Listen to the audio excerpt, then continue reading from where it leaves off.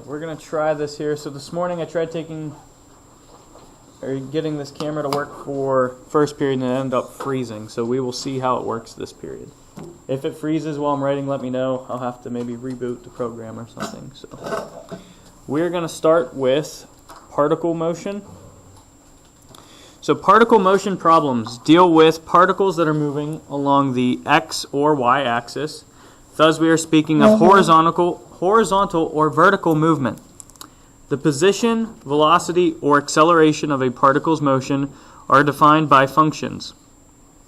So we're going to be talking about that, defined by functions, each of these. The velocity, position, velocity, and acceleration. But the particle does not move along the graph of the function. So it moves along the axis. Most of the time we speak of movement along the x-axis. In Units 6 and 7, particle motion is revisited. At that time, we will deal more with vertical motion. For the time, we will focus on horizontal motion of particles. So in this lesson, we developed the ideas of velocity and acceleration in terms of position. We will speak of two types of velocities and accelerations, and we are going to define average and instantaneous velocity in the box below. So really we're dealing with this particle motion. We're thinking of something that's moving in some direction. It can speed up, it can slow down, it can change directions, but we're thinking about a movement along an axis. So specifically when we're thinking about this unit, it said we're going to focus on the x-axis. So you can think of some particle moving left or right across an x-axis is what you can think of. Or visually, if you want to think of something, maybe you think of a car moving in one direction, stopping, going in reverse, so back and forth. Particle motion on an axis though. Alright, so average and instantaneous velocity. So average and instantaneous velocity, this would be same thing as saying rate of change in position.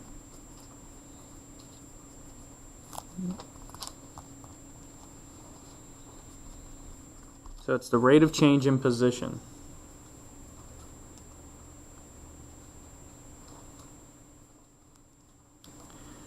So we want to find the average first. So the average velocity on, you have to have some interval. So we're going to have an interval, closed interval A to B. The average velocity on that interval.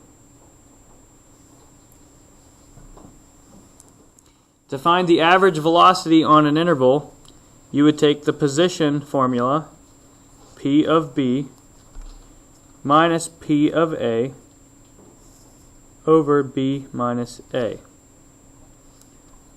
where P of T is position. So they're just saying the function P is the position function. It tells you where your particle is.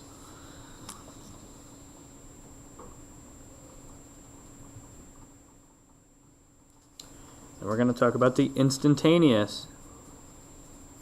So the instantaneous velocity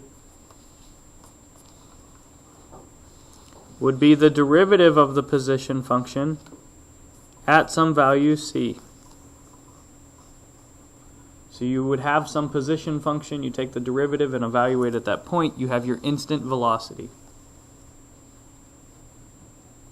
So again, these are some ideas that we should be familiar with, at least how to mathematically do these. The ideas behind them we'll understand as we go through more. A particle's position is given by the function P of t equals e to the t sine t, where P of t is measured in centimeters and t is measured in seconds. Answer the following questions. So they're giving us a function to use for the following questions. We want to know what the average velocity is on the interval from 1 to 3 seconds. Indicate appropriate units of measure. So let's find the answer first, then make sure we have the correct units. So they're asking for average velocity. So we need to use from up above, average velocity. So we need to find P of 3 minus P of 1 divided by 3 minus 1. So go ahead, use the function given, plug in 3 and 1, and find the values that we need to subtract.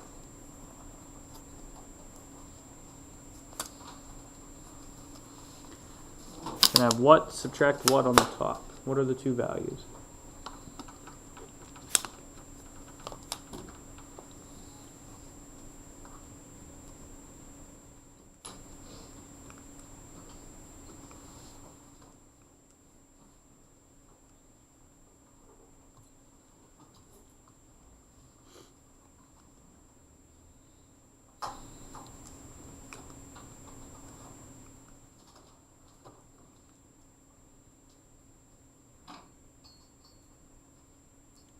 Anybody get these two values yet? P of 3 or P of 1? We know we're going to subtract them. What are the values?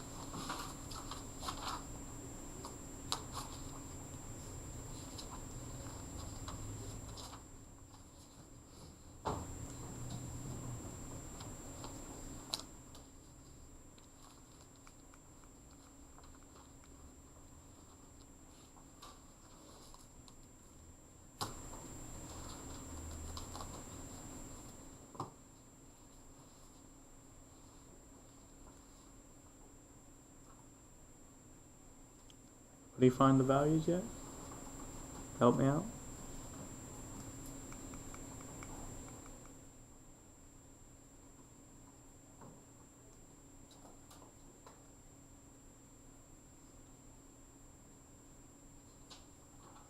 Joseph, do you have anything over there for P of 3 and P of 1? 2.834 Okay, very good. 2.834 and 2.287. And if you subtract and divide, what's our final answer? Subtract and divide.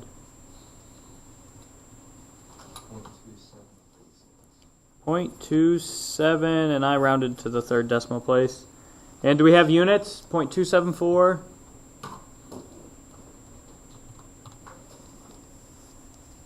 What would the units be? Yeah, it's a velocity, centimeters per second. So they're moving an average of 0.274 centimeters per second on that interval. Alright, so mathematically it's similar to some problems we've done before. The reasoning behind it's just going to be a little different on why we're doing it. So the next one, what is the instantaneous velocity of the particle at time t equals 1.5? Indicate appropriate units of measure. So again, we take the position formula and we have to take the derivative. So we need to find p prime of t. I have e to the t times sine of t. So how am I going to find the derivative?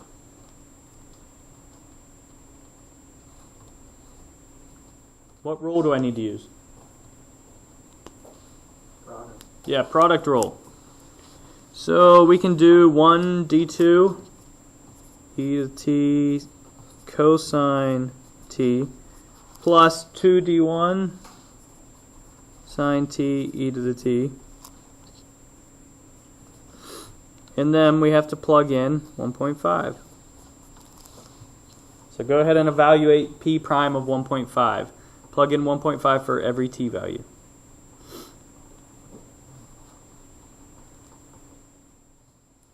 Do we see where the derivative came from, or does anybody need a redo on that? Are we okay with the derivative? What's the derivative of d to t? So, if we did the derivative, do you remember what the derivative of just e to the x was? Do we remember that or no? X minus 1. It's itself times the derivative of the exponent when you take a derivative of e. So it's itself times the derivative of t, which is just 1. So it ends up just being itself. The derivative of e to the t, if you take the derivative, it's itself, the same thing, times the derivative of the exponent, which is just 1. So it's just e to the t. That's where that came from. Everybody else good with that thought now? Okay, so that's the derivative. Go ahead, everywhere there's 1.5, plug in, or a t, plug in 1.5.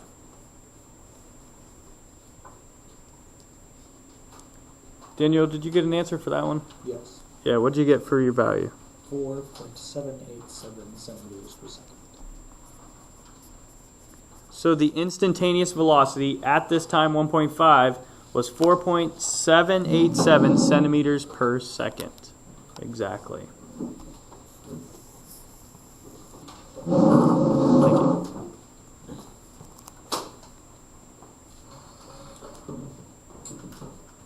Any questions about anything on the front? Because we're going to keep building upon this idea. All right, so let's go ahead to the back then.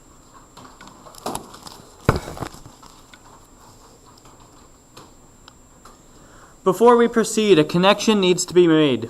When given a function f of x, how did we find the slope of the secant line on the interval from x equals a to x equals b? In terms of position of a particle, to what does the slope of the secant line correspond? To what does the instant velocity correspond? So kind of think of the first question first. When given the function f of x, how did we find the slope of a secant line on the interval from x equals a to x equals b? How did we find the slope of the secant line? Exactly, so slope of secant is f of b minus f of a over b minus a. Well, this seems really similar to what we did on the front, where it was p of b minus p of a over b minus a, and that was average velocity on closed interval a to b. So do we see that connection? Mathematically, we were doing the same thing, but actually the average velocity is the same as the slope of the secant. You have your endpoints, or your two values, a and b, and you're taking the average between those. So you find the average velocity if you have a position function, which is taking the slope of the secant. How did we, in terms of, so it says in terms of the position of a particle, what does the slope of the secant line correspond? So we figured that out, average velocity. What about the instantaneous velocity? That's the same as the slope of what?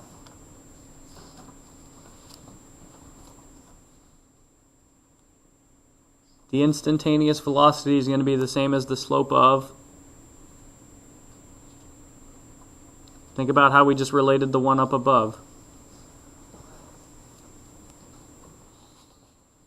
The instantaneous velocity will be the same as the slope of tangent. Very good. So f prime of c is the same as the position function p prime of c, which is the instantaneous velocity. So the previous sections were really building up these ideas and getting good with the math and understanding the slope of the secant and tangent lines to now apply it to this particle motion, because we're going to use the same ideas just to a different type of situation. So now we're going to talk about average and instantaneous acceleration. So if we think of the average and instantaneous acceleration, this is the rate of change of what? What do you think is changing for acceleration? It's going to be the rate of change of our what? Velocity. It's the rate of change of velocity. So, average acceleration on A comma B is equal to velocity at B minus velocity at A over B minus A, where V of t is equal to the derivative P prime of t. So V of t is equal to P prime of t. This is V of A here.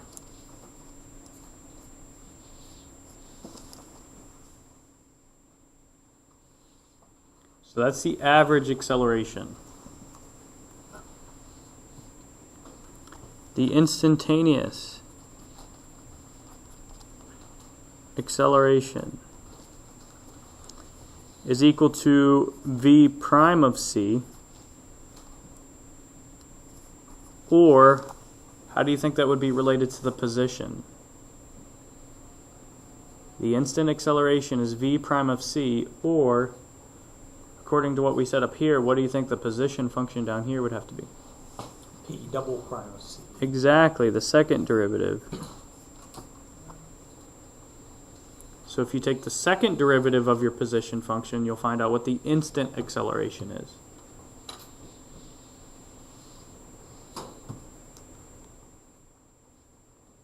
Alright, so now let's try to apply these ideas. A particle's position is given by the function p of t equals e to the t sine t, where p of t is measured in centimeters and t is measured in seconds. Answer the following questions. What is the average acceleration on the interval t equals 1 to t equals 3 seconds? And indicate appropriate units of measure. So we want to find the average acceleration. So again, we're applying the formula from up above.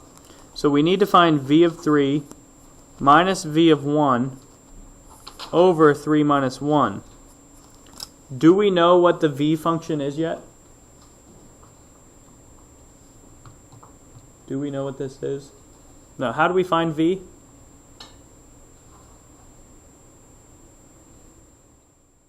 How do we find the v function that we need?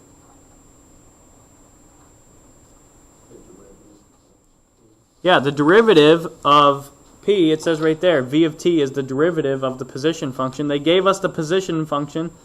And just for this, in terms of this problem, didn't we already take the derivative of this once earlier in an example on the front? So yeah, we can just rewrite what we had on the front because we know we already took the derivative.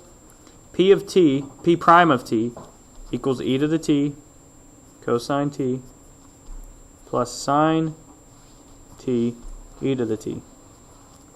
That's the same as v of t. That's what we're looking for. So on the front we took the derivative. We didn't actually realize what we did. We found the velocity function. So we found v of t. The derivative is the same as the velocity. So what you need to do now, we're finding average acceleration. Plug your 3 and 1 values into the velocity function. So 3 needs plugged into here, and 1 needs plugged into here. So you can find your values from this equation right here.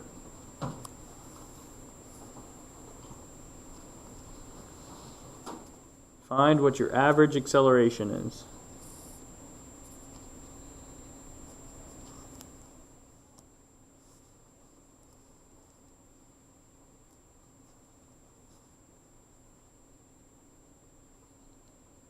So people can check their steps along the ways. I'd like you to figure out what both values are. V of 3 and V of 1, we'll write those down, then we'll subtract and divide.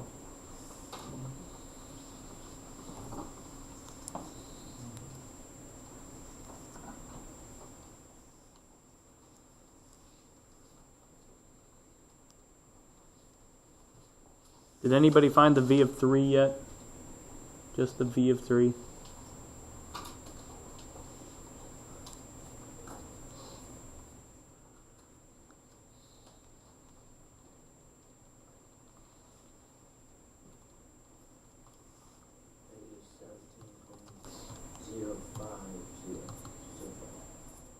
Negative 17.05. Anybody find the V of 1?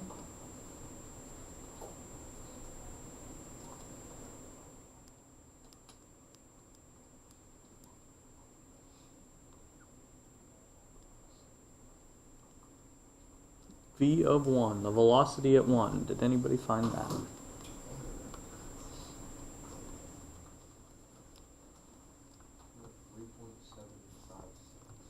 .756. If you found those two values, negative 17.05 and 3.756, go ahead, subtract them and divide, and we'll get our final average acceleration.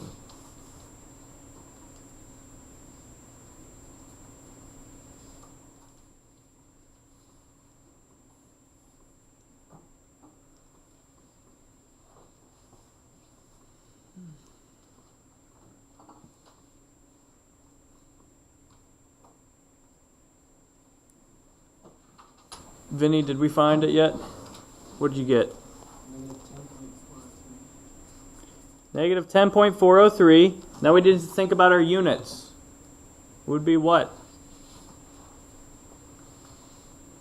Centimeters per second. Centimeters per second. Yeah, centimeters per second squared. Sorry. The acceleration.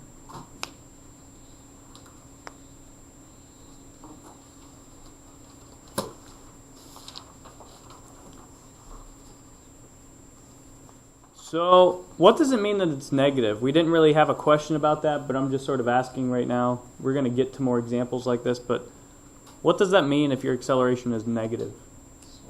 Slowing down. Yep. So that's how we can interpret the negative. All right, what is the instantaneous acceleration of the particle at time t equals 1.5? So we need to use the instantaneous. So we have let's write down the velocity function, e to the t cosine of t plus sine t e to the t. That's the velocity. But according to what we wrote up in the definition, how do I find the instantaneous acceleration? What do I need to do?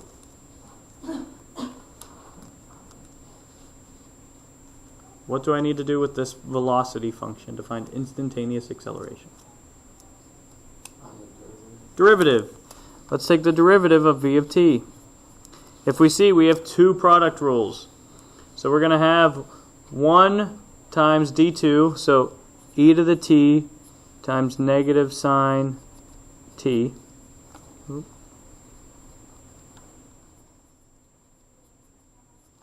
Okay.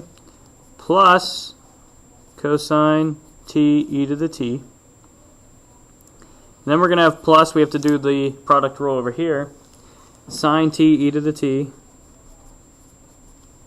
plus e to the t cosine to the t, or cosine t, sorry. This e to the t negative sine t and this sine t e to the t, they're going to cancel out. So if you take the derivative again, that's the same as saying acceleration, so we're going to write that as a of t. If you want to write a note somewhere, v prime of t equals a of t. The acceleration is equal to the derivative of velocity. And our simplified form, well, we have cosine of t e to the t and cosine of t e to the t. So we have 2 cosine of t e to the t. That's our simplified version. Simplifies pretty nicely. And lastly, they want to know what is that acceleration at 1.5. So go ahead and plug in 1.5 and find a value for your acceleration.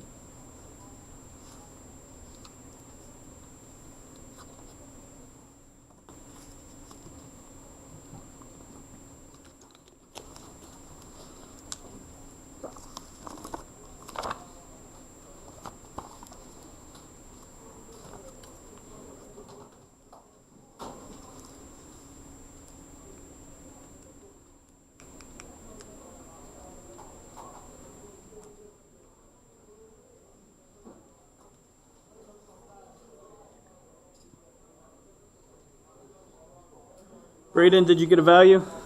0.634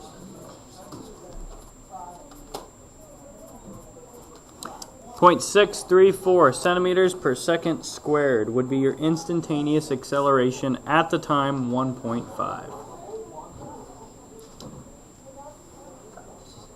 Any questions about the first 2 pages? So again, old ideas that we've been dealing with, but just applying them to new types of problems. So this is position, velocity, and acceleration. We are going to go on to the next page, so 289. Thank you, Colton. Anybody still need this page? Ariana still looking? Okay. Is there somewhere you're stuck? You need me to go back over? Or are you doing okay? All right. Once everybody's good, we'll turn to the next page. Good? All right.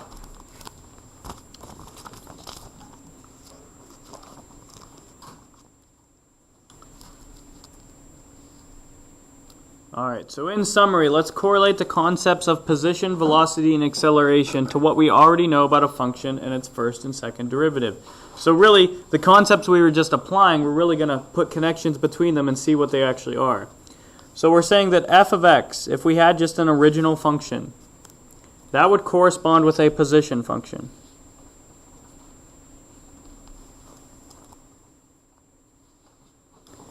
The first derivative, f prime of x, would correspond with what? Think about it this way. If you take the derivative of position, you're going to get what kind of function? We just used it on the first 2 pages if you want to look back. The derivative of a position function gives you what kind of function? Vinny? Velocity. How many in here have or have had physics and some of this is familiar? A few of you?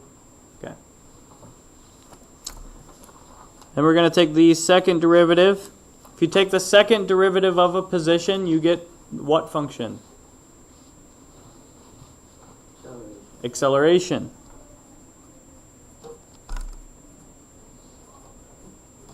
So those are the connections. One last note with these that I want to make. The velocity here. Velocity is speed with direction. So it's basically telling you the speed of this particle, but the positive and negative tells you direction. So its velocity is speed with direction.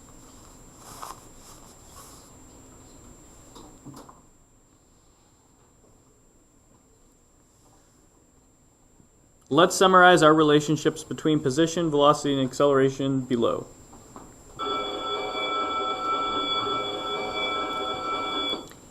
So think about the velocity function. So in other words, we're going to relate these. Velocity function is the first derivative. Position is the original, so you can think of it that way. If the velocity is equal to 0 or is undefined, what is happening to the motion of your particle, the position?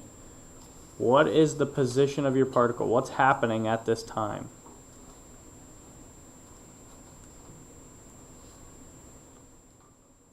Think about a particle that's moving in an x direction.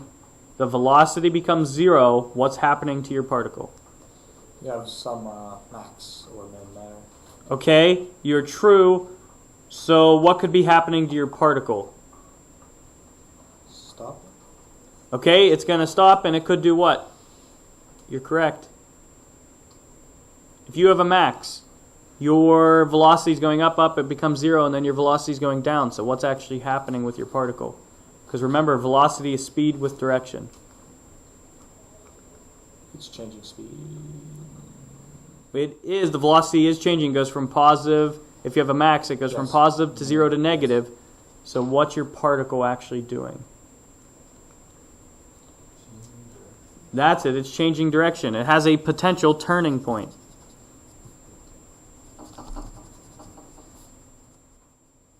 Has a potential turning point. If you think about it as a car could be, its velocity is positive, positive, positive, eventually gets to 0, the car stops, and then if a car is going in reverse, that would be negative velocity going backwards. So it's changing direction, has a turning point, comes to a stop, and then goes back the other direction. Velocity, if it is greater than 0, what is happening to the position? If the velocity is greater than 0, what is happening to the motion of the particle or the position? Increasing. In other words, it could be, if we're thinking of in terms of an x-axis, moving right.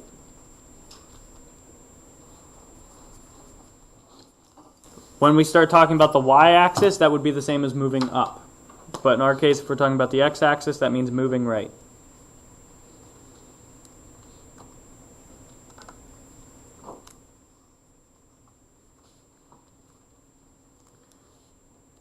I'm going to try switching markers. Just let me know if you have trouble reading it. Okay. If velocity is less than 0, what's happening to the motion or the position? Decreasing.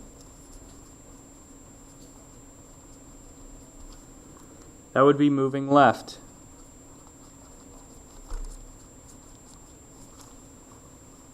Is that too hard to read? This pen has a better tip on it, but the ink is not coming out of it very well. Okay for now? Alright. So decreasing or moving left. If it changes from positive to negative, what's happening? So kind of what we talked about up above. At that point, specifically at 0, we had a potential turning point. But now we're specifically talking about when it's going from positive to negative, what's happening. And this is what we talked about. So it would be what? Changes direction. Yes, this is when it actually changes direction.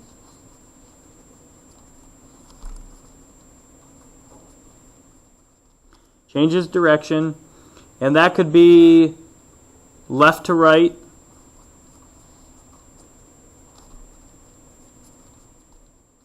Or if you're thinking about the y direction, that would be down to up. So if you want to write about the y direction, it would also, it'd be right to, I said that incorrect. This would be right to left, right to left. Sorry about that. Changes direction if you're going positive to negative is right to left or up to down if you're in the y direction. So right to left or up to down. Sorry about that. So if we go negative to positive, again, it changes direction. But this time it's left to right or down to up. So this one's left to right or down to up if you're in the y direction.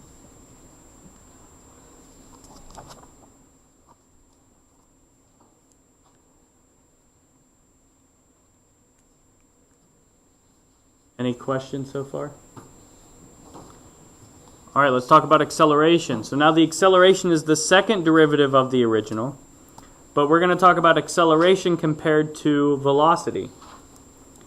So acceleration, when it is equal to 0, so it could be going from positive to negative or negative to positive, but specifically at that point of 0, what is happening to the velocity? It's a potential what?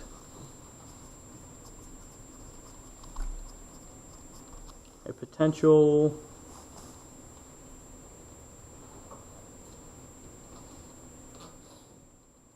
or potentially changing what? If it's equal to 0. Okay, you can think of it as a potential change in speed. It's a potential change in velocity. Yeah.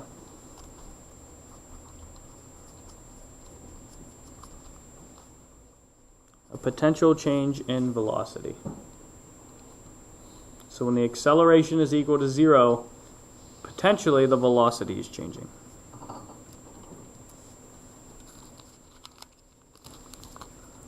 If the acceleration is greater than 0, what's happening with your velocity? Or think of speed. If your acceleration is greater than 0, what's happening to your velocity?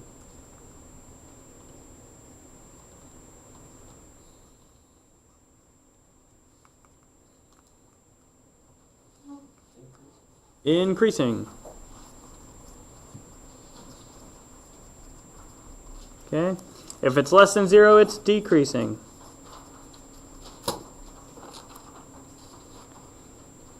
If it changes from positive to negative,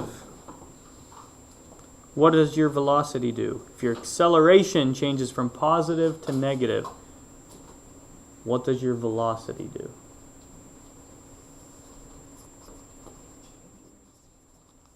Changes what? Okay, so in other words for that, it's changing from increasing to decreasing. You've gone from speeding up to slowing down if you go from a positive to negative acceleration. So changes from increasing to decreasing. So that would be like stopping from a stop sign in your car, speeding up, and then just letting off the gas and letting it coast until you stop, or letting off and hitting the brake. your acceleration was positive, and then your acceleration is negative because you're slowing down, so it changes your velocity from increasing, you started going faster speeds, to decreasing slower speeds. Changes from negative to positive, so it changes from decreasing to increasing. Changes from decreasing to increasing for the last one.